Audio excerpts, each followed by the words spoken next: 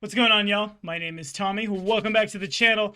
I think I have two more, and then I'm caught up with the Ancestry Anthology, aside from, like, humans and shit.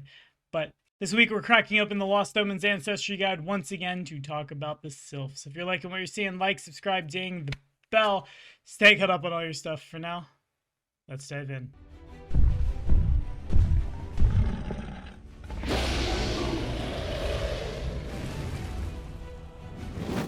Okie dokie. So, like basically everything else that's been released in 2nd edition, we also talked about it in 1st edition, and you can follow this card right up here if you want to know more. A Sylph is a being who can trace their family tree somewhere back to the plane of air.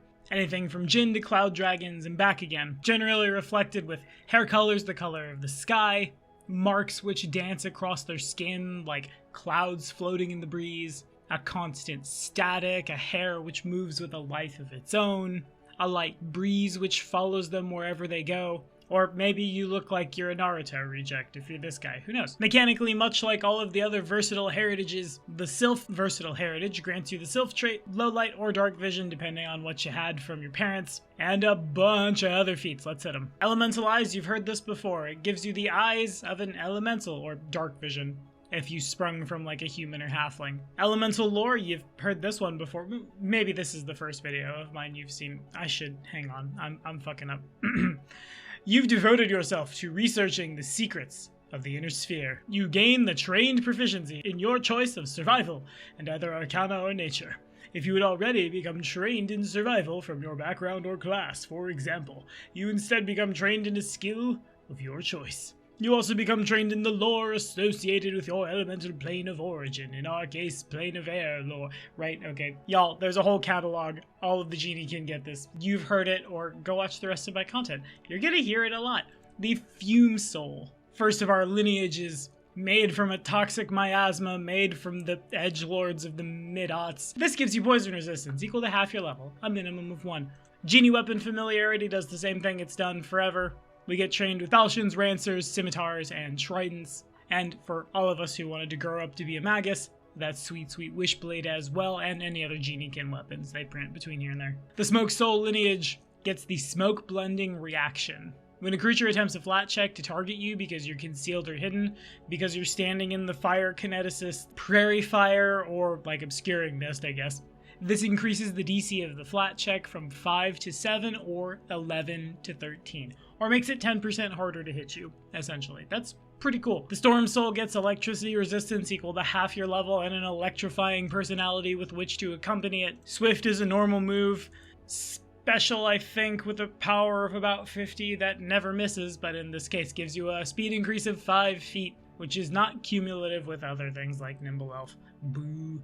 I just want to go fast. Wind Tempered gets you a +1 circumstance bonus to saves against air and electricity effects, and if you roll a success on a save against an air effect, but not an electricity effect, weird, you get a critical success instead, so you can't be like blown away by gusts of wind and wind walls and control winds and tornadoes and shit. Cloud Gazer lets you target things concealed in fog, mist, and clouds without having to make a flat check, which is bonkers huge. Geniekin coordinating with their friends and the casting of Obscuring Mist to debuff the bad guys but buff out you and your friends, that's enormous. That probably wins encounters 9 times out of 10. Assuming the dice just aren't against you, but like that's TTRPG at large. Genie Weapon Flourish lets you flourish your genie weapons. You've heard this one already. Skillful Tail lets your tail beat skillfully. You've heard this one already. Really, I think if you're a Sylph, this is better flavored as just the air moves shit around you and you can push and pull and open doors by pushing air at them. I think it's dope. Slip of the Breeze gets you quick jump and powerful leap, both as bonus skill feats. Interesting if you're trying to get mad hops on like something that isn't a oracle or barbarian, sure. Or I guess rather on the barbarian, this buys them some skill feats back. Jinn Magic gets Gust of Wind and Invisibility once per day as 2nd level arcane innates, and Inner Breath lets you hold your breath for an additional hour. Once that hour runs out, you need 10 minutes to rest to refill your air. Slap that on an Uruxi. Channel your inner cloud dragon. Swim for a really, really long time. The dungeon crawls write themselves, really. Wings of Air for 2 actions gives you a fly speed equal to your land speed for 10 minutes once per day. As a reaction, when you are targeted with an attack or other targeted effect and you can see your attacker, Airy Step Throws down a blanket of fog and a 5-foot burst centered on one corner of your space. All creatures within that area are concealed, and all others are concealed to them, except, you know, if you can see through it. The concealment applies to the triggering effect, and the fog lasts for 1 minute or until dispersed by a strong wind. After resolving the effect, you step. Genie weapon expertise, you know what it does. All the Ancestries have this. But this one, summon air elemental. I can't wrap my head around this one. What do you guys think? Eternal Wings gives you wings forever and ever once you hit level 17, and lastly, Storm Form lets you once per day cast Elemental Form as a 7th level Primal Innate spell, but you can only choose the Air Elemental form. Okay, so yeah, there's a lot of really cool stuff floating around in here.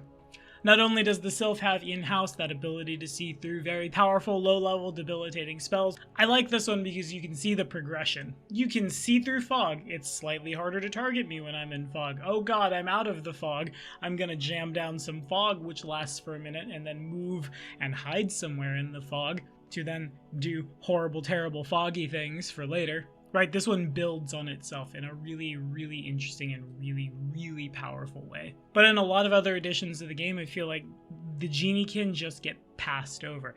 And these videos have proven pretty conclusively that all 5 of them are really strong choices. I haven't even done the Ancestry Anthology for the Suli yet, but as much as I've built around it, it's shit's real good. Seriously, this ticks parts of my brain that a lot of 2nd edition just straight up doesn't.